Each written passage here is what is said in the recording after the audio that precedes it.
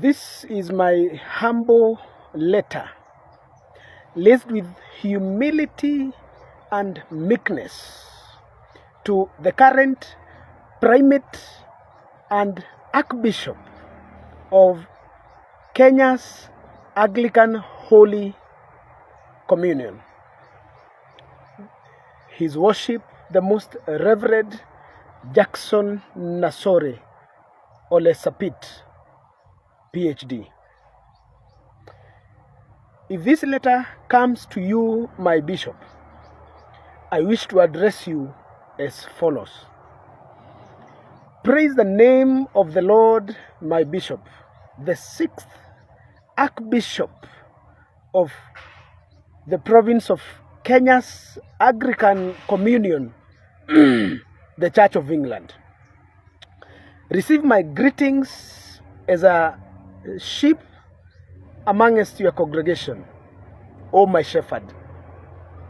My heart is heavy as I address you this morning, and the cause of my sorrow and solitude this morning draws from the recent deaths of our young people, the recent disappearances of young souls, seeing that when Gen Z came to the street, my bishop, they enumerated the issues they thought were wrong in their country, and they gave their solution without blinking or fear whatsoever. My bishop, one of the demands that our young people were bringing to the country relates to the Church of God within the Republic of Kenya. For far too long, my bishop, the church has been a conduit of wickedness that politicians have made a platform of their maneuvers. My bishop, Most Reverend Dr. Sapit, yesterday on the occasion of consecration of Kayole ACK,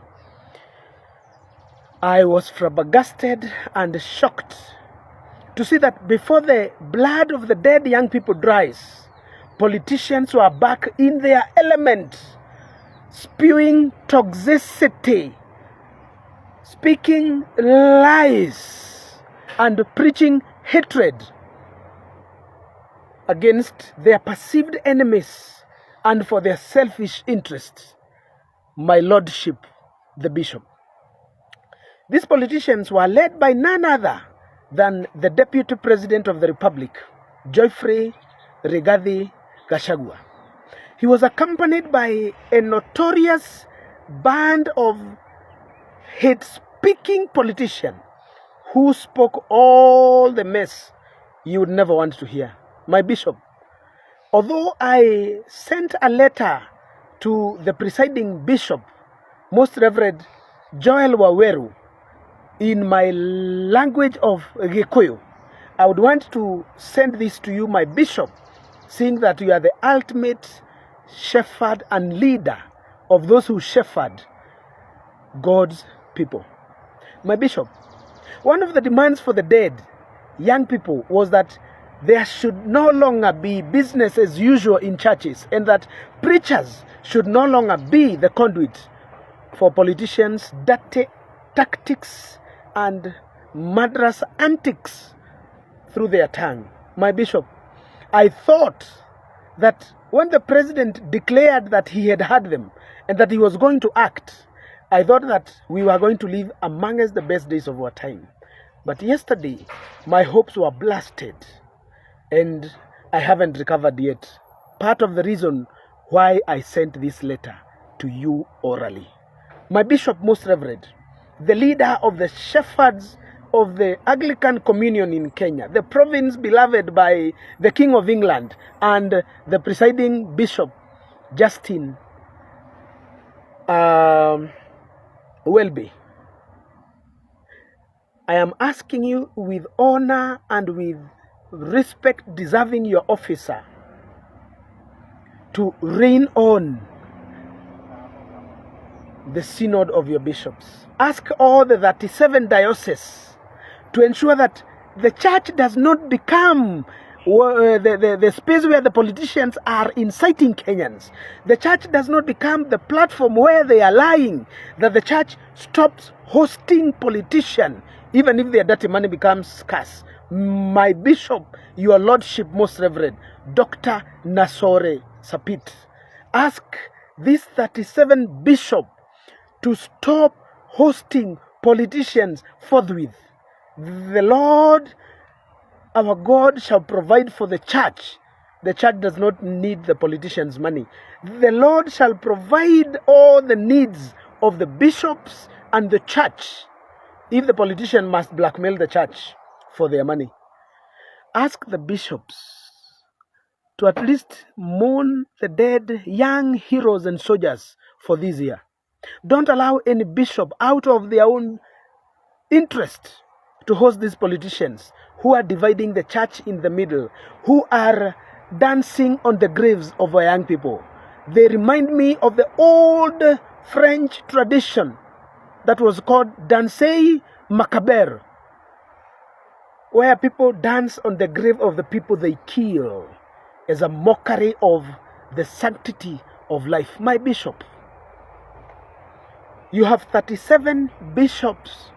Although they are semi-autonomous, prevail and reign upon them to stop politicizing the microphone. Mr. Rigathi Gachagua and all the politicians who attended yesterday's congregation did damage more than it can ever be imagined. My bishop, if politics will be spoken in church, my bishop, let it be by the bishops, chastising the government, chastising the president, chastising the deputy, chastising the parliament, chastising the county governors, chastising us, the followers, to be straight forward and honest with the sheep of the Lord. Let us not entertain the highness in churches, Mr. Bishop. And if you do this, I know, because I have no standing to address you, I know that the Lord uses the blunt of weapons like I to reach the messages of goodwill to powerful men like you. The Church of England serves the King and the kingdom.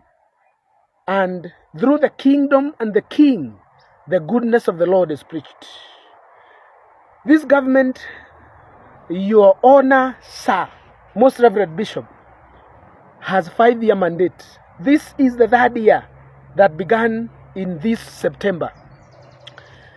They will be here for 2 more years. If anything can be done, let it be to bring them to delivery of the service and not to sabotage this government. We don't have much time. My bishop, I don't have much to say, but pass my greetings to the provosts in the Canterbury Holy Communion, the one Reverend Wainaina. He would say what I am saying if I did not say it. I am sure, most Reverend the Bishop, Archbishop of Kenya, you will act and you will call your brothers in the Catholic and PCA, Archbishop Philip Anyolo of Catholic Communion, and Reverend Motahi Vego of PCA, amongst other like Pefa, most Reverend Okida.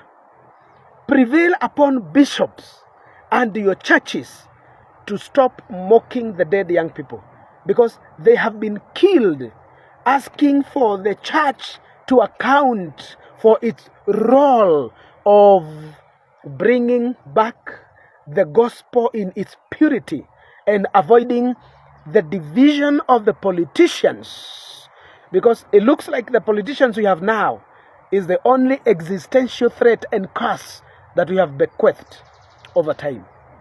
Thank you very much, Most Reverend Dr. Jackson Nasore Ole Sapit, the 6th Archbishop of the Church of God, the Church of England, the Anglican Church of Kenya.